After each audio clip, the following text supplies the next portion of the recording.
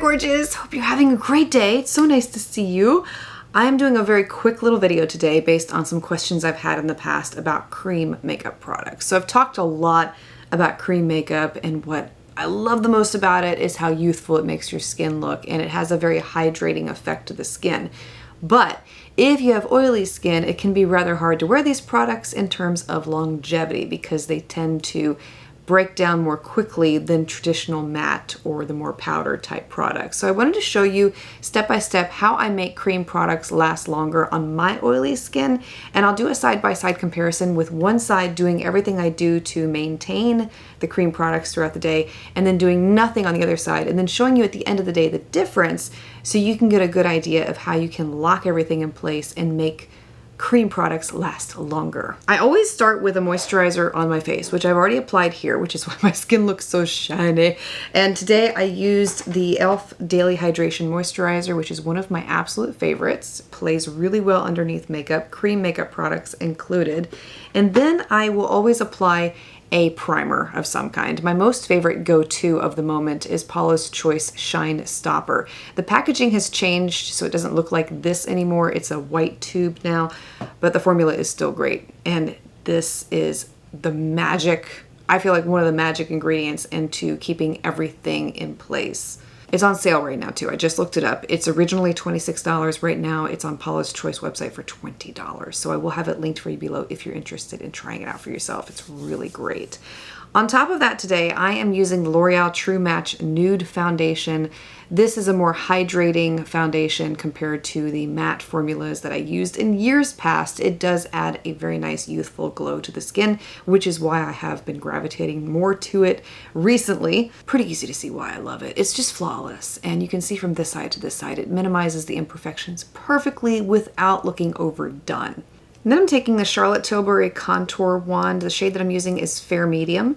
And I go between a damp sponge and a buffing brush to blend it into the skin, back and forth until I get the right blend that I'm looking for. My favorite cream cheek product of the moment is the one from Undone Beauty. This is their Lip to Cheek palette in the shade Flare. This is one of those great multi-purpose products that you can use both on your lips and your cheeks if you want a more uniform look, and the best part is it blends in so easily with your fingers. It's a dream to apply. And if you're ever at a point where you feel like you've applied too much, take a little bit of your foundation and use that to correct the areas where you feel like there might be too much product. The ease that comes with correcting the over-application of cream products is another reason why I love them so much. Because I have oily skin, I do have to set with powder. It's a must. If I don't do it, then everything is sliding off my face within an hour. I do have a number of different powders from different price ranges that I'll mention to you here that work extremely well for locking everything in place throughout the day. And then I'll show you how I apply them onto the face so that you maintain that youthful glow without looking too overpowdered. So the first powder that I absolutely love for setting the face and that locks everything in place is the one from Fenty Beauty. This is the Pro Filter powder. The shade that I use is Butter.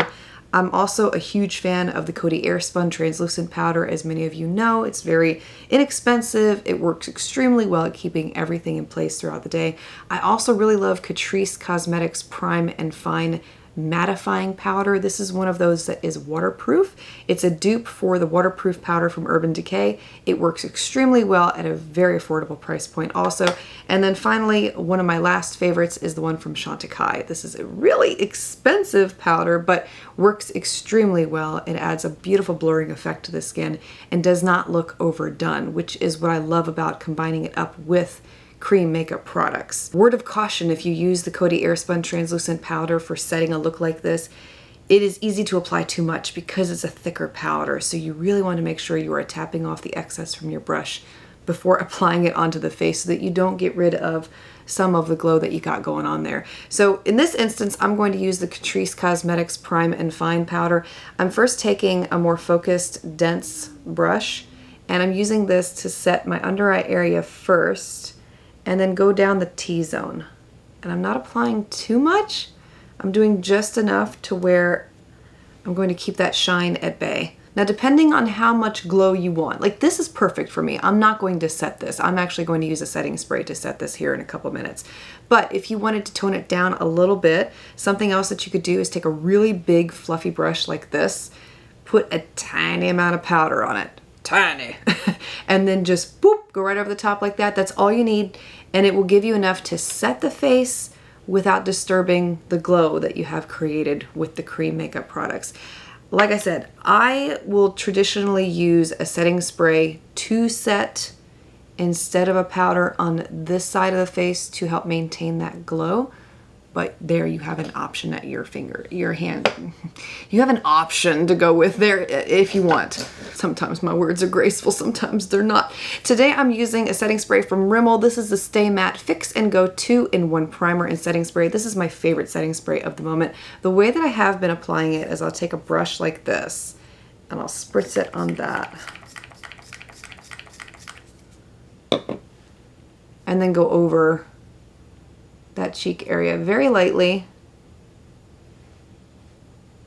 and that will lock everything in place without disturbing the fresh dewy glow. And on this side I'm going to go ahead and apply everything that I just applied over here with the exception of the primer and the setting spray so that you can see what a difference just adding those two products in and the placement truly makes and how these products will last all day. And after about 9 hours of wear, you can see the true difference between the two sides. A little bit of glow over here, which is not terrible, but everything is intact and everything stayed put. Whereas over here, oh yeah, Shine City. And this is a little too much for me.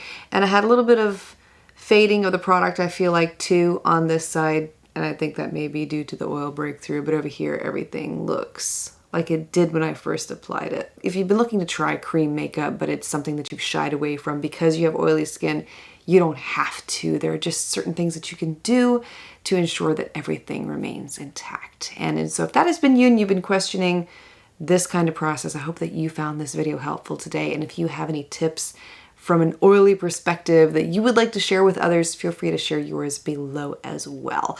Thank you for being here, for taking the time to watch, and look forward to seeing you again very soon for another video.